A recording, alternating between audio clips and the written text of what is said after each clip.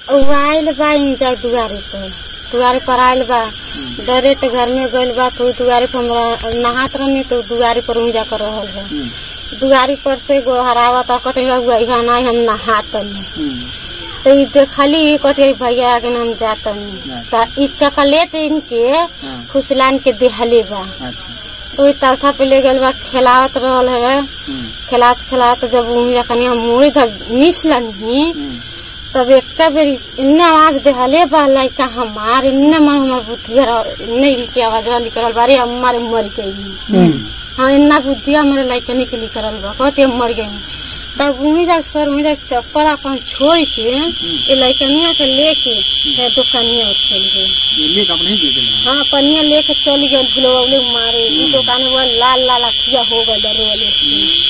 तब वहाँ से तब यहाँ ना मिला बिस्कुट तो लेके चल गए गाँव में सो से लेके आता कहो के मरला हवा आ मरला मारे के चिल्लाई है पेट कोट सर पहले हम दुआरे पर ले आल बनी चिल्ला कहाँ ले जाता हो मैं लेकिन के मरला हवा चिल्ला दुआरे पर बनी ले भाग गए और से लेके आवता आ तीसरा लुगा पहिर के अब दुआरे पर ले गई ताके वहाँ से पन्ना लोग चल काल के मर बोलनी लड़का छीनत लड़का नहीं देता पता ले जाता घरे खिलाए कहीं नहीं तो मैं हम जातनी बकरी तो सब हम लेके कोरवा में लेके बच्चिया के दूगो बकरी एगो बकरिया खोल के हम कोरवा में ले जातनी तो मेवा पर इनके ऐसा उतारत ऐसा उतरले बनी कि ऐसा पेटवा पकड़ के निगुरला कहरा प्यार हुआ बच्ची कहीं का भइल बनी टोलेट में जेबू कहते नहीं शंका करबू नहीं कहतन का भइल कहती है भैया हमारे पति निकाल के इतनी कहने हैं हाथ हुई तो मैंने भाई दे कहने भैया तब हम देखा तो सर ऐसे ईटा खा पेट ऊपर फूल गई है दाबले नहीं दबता एकदम का हो गई तो देह जब देखा तो देह एकदम फूल गई है तब का कहनी अब जकर ककरवा चलावे यहाँ पर मिसाल मनी पैसा 1 रुपया नहीं रह होगन कैसे मरनी मिसाल वहाँ कहते कहाँ बानी रह मामा तो कहते नहीं बने का बात है कहते ऐसा बात है तुम कहते लेके आवा गोबरहिया चौकी चला तो जब गोबरहिया चौकी ना गई दुआरा पर गई तो दुआरा पर से बैल यहाँ न जा सीधे परासी गए तुम्हें परासी मैंने गए आना तो सर हम तुरंत जो पेटवा लेके ध्यान पड़ गई भागे नहीं कोले अब हेती चुके बच्ची के शंका करिए भैया 4 वर्ष लेके नहीं है क्यों शंका कोई पाए हाँ अब हमारे ये निश्चिंत मरले हुई बार जा रे अच्छा गिरे हमारे यहाँ निश्चिंत तो हमारे जाके आप सबके नात बात लागे ना हाँ नात बात है कथी लागे ना वो अब हम पचके काकी कहत रहल है हमारे भसुरे जी से लड़का रहत रहे लगत रहल है जन सतवा नहीं बन जाता बकुला देखे सब नहीं के बेटवा छोटता ते वो भाग गई ना हाँ वो भाग गई कन्या के भागल बा का पता नहीं हाँ लगा तो वो इंडिया को चल गए इनकी जानी कहाँ गए कोई दिन भागल 4 दिन भागल 8 दिन साल भर भागल केसिया नहीं कोई अब चुके बच्ची के बहुत अब हम इन्ने घन मनाई सर बहुत भगवान हमसे गर्मी चले जान इन्ने बहुत गर्मी तो वो आदमी एक दिन में आई थे आप सब कैसन ओके केस करल रही जेली में या सामान्य रूप लेके छोड़ दल रही नहीं हम पास लाली से तो नहीं मरे गए हमारे लड़कनी कब जान चली गई तो लाली से देख अब है ना जब केस हो गई बात है लाली से देखल रुपया देखल रुपया लाली से नहीं देखल सर हम पास कानून में एकदम ठीक करल यानी कि ओके नाता बाता न देखे आप सब ओके कड़ा से कड़ा सजाए दिलावल सजाए दिया हम पास नहीं पैसा पर बिको गाना खेती बाड़ी के नहीं लोभाए गए लेकिन जान से बोल के कुछ नहीं हेन्ना जब लड़कनी सब तो बोला उले हो लड़कनिया तब जाए नहीं विश्वास कर लेते अब बेटी चुके लड़कनी पर होना जब चिल्ला नहीं विश्वास करे आपके परिवार है ना तो वहाँ कथी कहना वहाँ तो जब गईनी सहे तब धान कुटाए के मिले मुँह के तब जब सुननी तब एक एरम पच के हमारे बुढ़ा के मन फिर तना सब परासी और फोन लगा के बाद में तो पुलिस 4 बजे छापा डना ई भाग के वो लग कै बजे घटना है काल 4 बजे पर 4 बजे के मन वहाँ दुआरा पर न पड़ जा कर 4 बजे के ठीक हो का हो हाँ लगा तो वो व्यक्ति का मतलब आप सब विशेष कड़ा से कड़ा ओड़ाधेश जी आयल है ना लोगे ओड़ाधेश सब उपाधेश भी आयल है वो लोग कथी कहना वो सब कहनी है थी ना पैसा पर खेते बाड़ी पर बिखो गाँव पर नाई थी राजी ना हुए लोग नहीं और के काश का सजा दिया केतनो लाली से कहीं कुछ केनो लाली से सब घर है तो नाई कम पर से ना हुए मिला पत्थर न कर गए हम पास मिला पत्थर कर ले इज्जत एकदम हां अब हेती छी बच्ची बच्चिन के केना थी है हां अब तो तनको थी बोलो जो खुनो थी हो गल तू मर जा हां ते ले दौरा तल मर ना हम ना लो नहीं ते डॉक्टर परासी लगल हल जा कथी कहना परासी के वहां परासी अब सब चीज होइल है डॉक्टर करी बोल मन रिपोर्टवा वहां चलिए मन हम पास पूरा खोल के ना बताइए अब वहां गए तो वहां से 12 बजे टाइम माइल न सर 3:30 में परसिया से परसिया सालन से त मनो लइका तो रिपोर्ट नहीं दे हां लोगे रिपोर्टवा लेके आइल न सब तै बहनी सुतल रही तो बहनी को उठौना सब त उठो लगवा के लेके रे सब गनो कर बापोक लेवन रख बैठौले रहन सब आउ के लवंडवा पकड़ा दे तब तो कोनो दिक्कत ही नहीं है ओड़ा देसी चीज जो आपके ओड़ा नंबर 4 अंतर्गत मंगलापुर में घटल घटना जो बालिका बलात्कार के घटना जो बाटे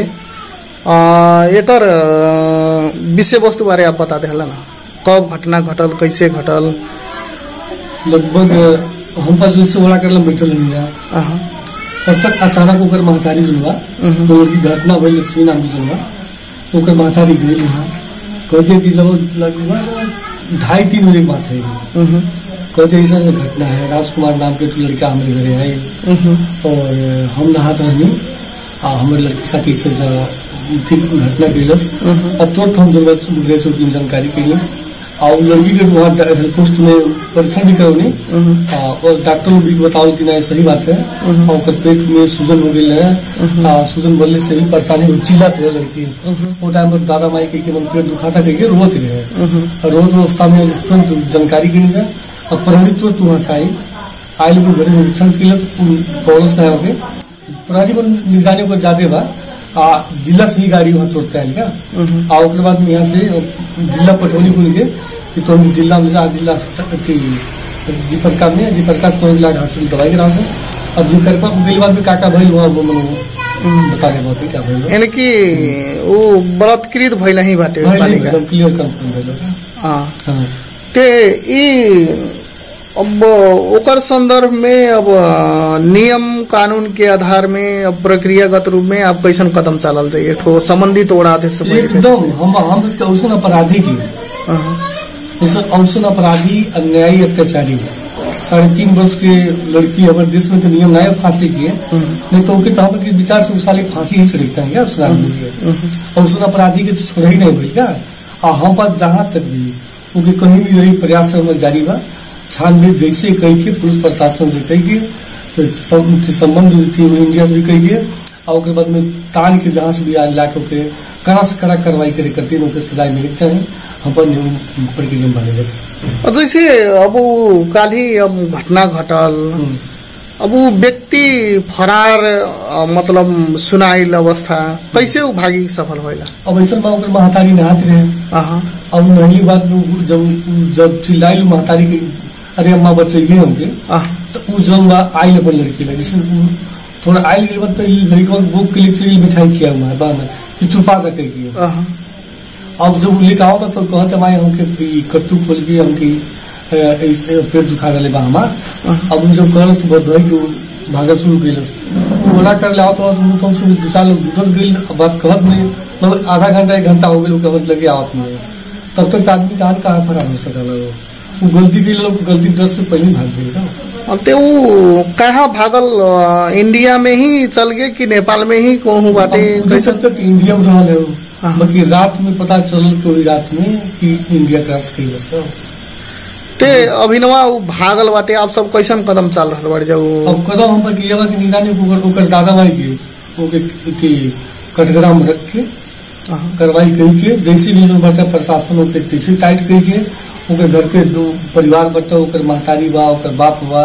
ओकर खेती बाड़ी बा, ओकर सब बैंड रोक के ओकर जैसे उतना बड़ा अत्याचारी के तो हम बस जैसे भी कार्रवाई चलाए बनो कि कहूँ भी ओके लावा को और हाजिर कराओ जो नाहिल करते ना तो लोग दादा भाई के ऊपर कार्रवाई हो चाहे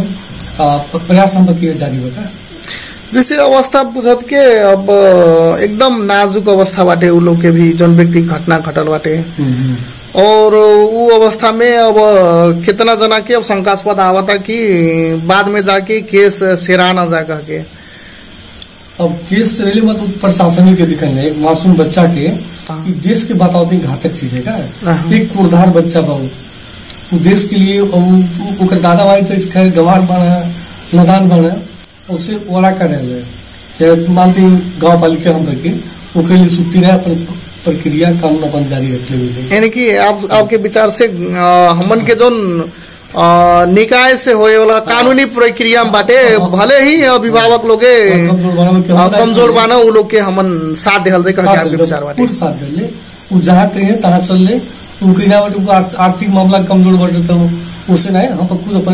अपने तरफ से कई को अंचल का करे पड़ी कही। और जैसे अब नेपाल में घरेलू हिंसा और नेपाल के साथ साथ में हमन के एक दुर्गम क्षेत्र में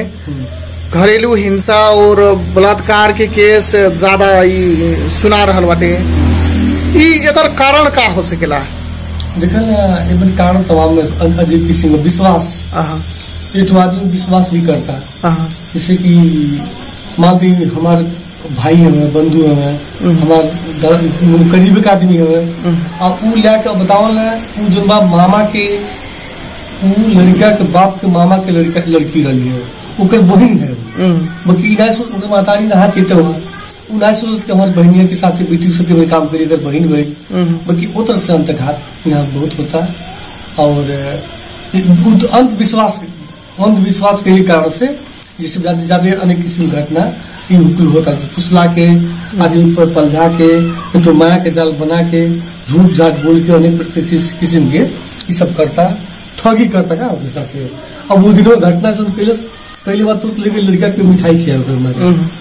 कि बिस्कुट पाई मिठाई खाई चुपा दे नहीं करी बल्कि तो लड़का बन रहा छोड़ रहा रोज रहा दर्द भैली पुलिस अब कहा बच्चा कहाँ छिपा होता है चार छिपा तो बाकी वो हम बस सर दुनिया छिपाई बाकी प्रतिनिधि नहीं छिपी है प्रतिनिधि वाला प्रतिनिधि गाँव पालिका प्रतिनिधि क्योंकि हम पर प्रक्रिया अपन जारी रखल जाए अपराधी के कोनो कीमत से नहीं छोड़ल जाए कुछ करबे के लिए हम रखा वैसे अब घटना अब दिन प्रतिदिन अब तराई भूभाग में अब नेपाल अधिराज्य में ही समस्या बाटे घरेलू हिंसा और बलात्कृत के समस्या, फिर भी हमन के दुर्गम क्षेत्र में ये समस्या एकदम ज्यादा ही सुनाला भले ही केस दब जा अब कितना जना ढेर चांसो न रख के ओके दवाई न और एक केस एक बालिका के भैले हैसियत से के कैसन रूप में आप देख रहे पड़ेगा ये मन देखा एक तो ऐसा बात केस दबले कारण कहा का अब कहले बाद में तो लोग नाराज दुख मानेगा बाकी मन कहा कि हमारे देश की नीति कुछ नीति सुनाए वाला नीति अलग होला अब करे वाला नीति अलग होला का। अब आदमी घटना कैले बैठे प्रशासन आई सारी डॉक्यूमेंट पूरा कैले के बाद फिर भी जो बाटे ओके मिला पत्र के छोड़ देगा ओके मिला के ओके पठा दिल घरे चला अब फिर गलती काम नहीं करी ओके पीड़ित पक्ष के भी थोड़ा सा उधर गए मिले बात मिल जा ऐसा करा वैसन करा तमाम किस्म के सुझाव विधल लगा ओकरे वजह से वो पीड़ित पर केस हमारे समझ में घटना बढ़ने के कारण खुली है अब मालदानी जेकर पास पैसा बा कुछ पी सकता हूँ अब बलात्कार की सकता डकैती की सकता क्योंकि झूठ फंसा सकता क्यों धमका सकला। गांव में हमारे गांव में तो घटना हुई बा एक गरीब आदमी के मार के वो आदमी इंडिया भाग गई आज 8 महीना हो गए ओके बाता टूट गए सीना के, 1 रुपया के दवाई खर्च के नहीं दिलस पैसा, ने प्रशासन दिया पड़ोस आज तक। और नहीं तो वही पीड़ित पक्ष के प्रशासन ला के 3 एक्सरा करा, टेस्ट करा, घर मिल तमाम किस्म के जो बटे आलोचना कैलस। कैले बाद में अब इंडिया दूसरा का पक्ष यही बॉर्डर के किनारे जाके बैठ के मस्ती से मौज लेता का। यानी कि आपके कहने का मतलब नेपाल सरकार के प्रशासन ही मौन बाटे। हाँ मौन बाटे। एक रोज घटना बढ़े के कारण यह बुझे। अब घटना स्थानीय सरकार का करिए हो जाए ओकर हाथे में लाठी डंडा ना लेवा।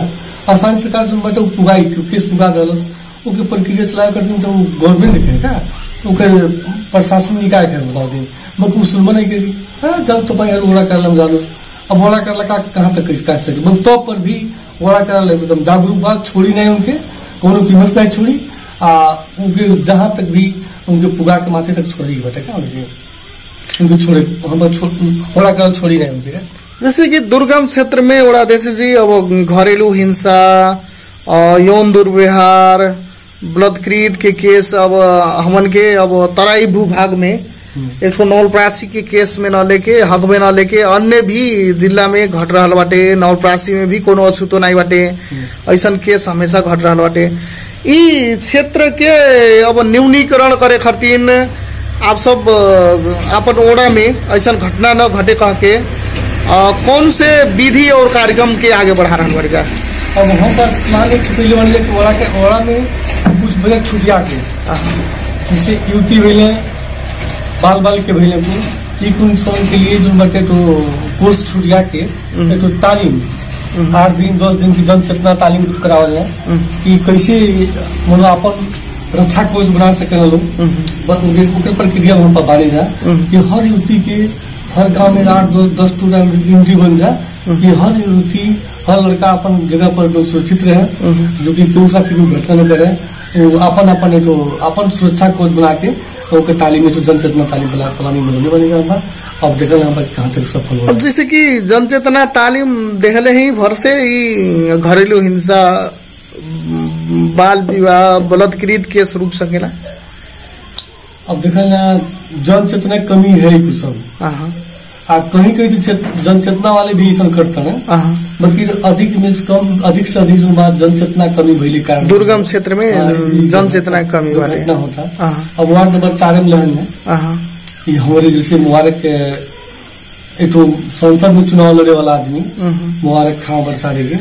अब संसद में लड़े वाला चुनाव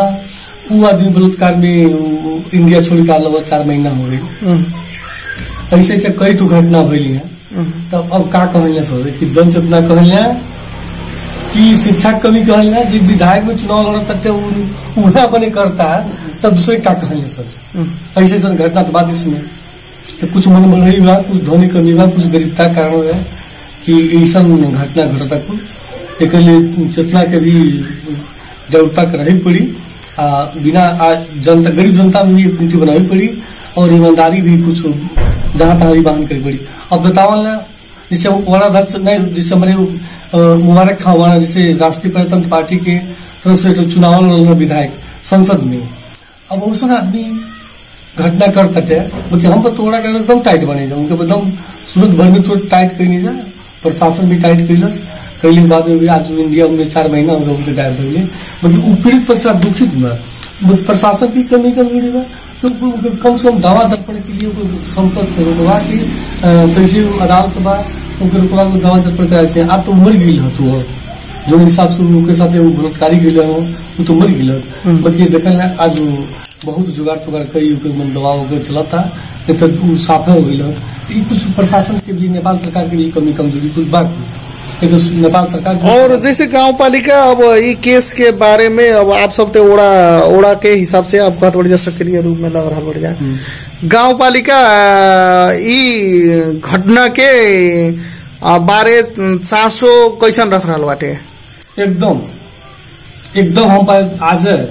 आज के बात है हमारे उपाध्यक्ष जोनबाड़ी गांव पालिका के उत्तमा राय चौधरी। आज बताओ तनी पूरा महिला संजाले लेके वो घर तक पहुंचली और हमारे सामने बोला कली के दादू जी से छोड़े के नहीं बा, अपराधी जहाँ भी होके ओके हम बस टाइट से टाइट कर ओके पर केस लगाऊंगा, ओके छोड़े नहीं पड़ो। गाँव पालिका हम मतलब तटस्थ बात क्या करते हैं तो राधे श्याम चौधरी पूछना अध्यक्ष जी हमारे कि ओके यादव जी किसी घटना होके छोड़े नहीं पड़ो ओके एकदम तटस्थ ओके लगते ओके जो बात ओके और जहाँ भी जा नेपाल रहे चाहे इंडिया रहे ओके कैसो भी ओके प्रक्रिया लाके ओके बंद कराए पड़ो ओके हम साथ में ओके लगल बनी है और वो गरीब हो का वो जो लड़के लड़के से गरीब का ओके दोनों सहयोग चाहिए देके ओके हम प्रक्रिया ओके लाके देश के ओके सुरक्षा करे। अंत में जैसे अब ये घटना घट रहा बाटे और ये तमाम घटना के लेके जो दर्शक महानुभाव बाना वो सबके कथी कहल चाहत बाड़ीदा? हम ई कहब कि दर्शक महानुभाव से हमार प्रार्थना बा विनती बा कि आप लोग हर व्यक्ति कम से कम दलित जी बा जनजाति बा उ सब क्यों अपन यूनिटी मजबूत रखे। ई न समझे कि धनी बने जिम्मेदार बने हई बड़हन बने हई बदमाश बने तो उसे डरा के हमारे बिटिया बहन को कुछ कह सके मार सके वो किस डरा जनतन को अपन यूनिटी बनावल हम स्थानीय सरकार साथ में बाटे उनके एकदम 24 घंटा तैयारी में रही स्थानीय सरकार वो जहाँ बोला तहाँ जाए बाकी अपने यूनिटी जनता के भी साथ में रहे पड़ी। अब स्थानीय सरकार अकेले के बता के घर घर चौधारी के अकेले तो नहीं दे पाई वो सबके तैयार होकर पड़ी वो तैयार भले बाद में स्थानीय सरकार उनके साथ दे तैयार बा वहाँ के लोग एकदम अपन तटस्थ रहे 24 घंटा स्थानीय सरकार उनके साथ दे तैयार बा कोनो बात नहीं क्यों झगड़ा करता क्यों गुंडागर्दी दबावता क्यों कुछ और दबावता वो तन को दबले जरूरत नहीं बा वहाँ और उनके साथ ही हम दम रह लिया। यानी कि आपके सरावल गांव पालिका अंतर्गत जो भी घटना हो रहा बाटे अब स्थानीय जनता लोगन के पक्ष में रह के न्याय आप सब दिलावल चाहिए। एकदम दिलावल। ठीक बा उड़ादेश जी अपन अमूल्य समय दिली जाओ बोले ढेर सारा धन्यवाद। धन्यवाद पत्रकार जी हमारी तरफ से धन्यवाद बा। आप कम सुबह के जो घटना संबंध में आप जाके बात कही गई एक भी जो बात जिस सुनत होके उनके भी आप सब तैयार हो जाइए आप जो बटे एक समय पर जो बात कोनो भी घटना होके एक प्रदर्शित जनता में जनचेतना भी दिहल जाए एक लिए धन्यवाद हम देते हैं आपके।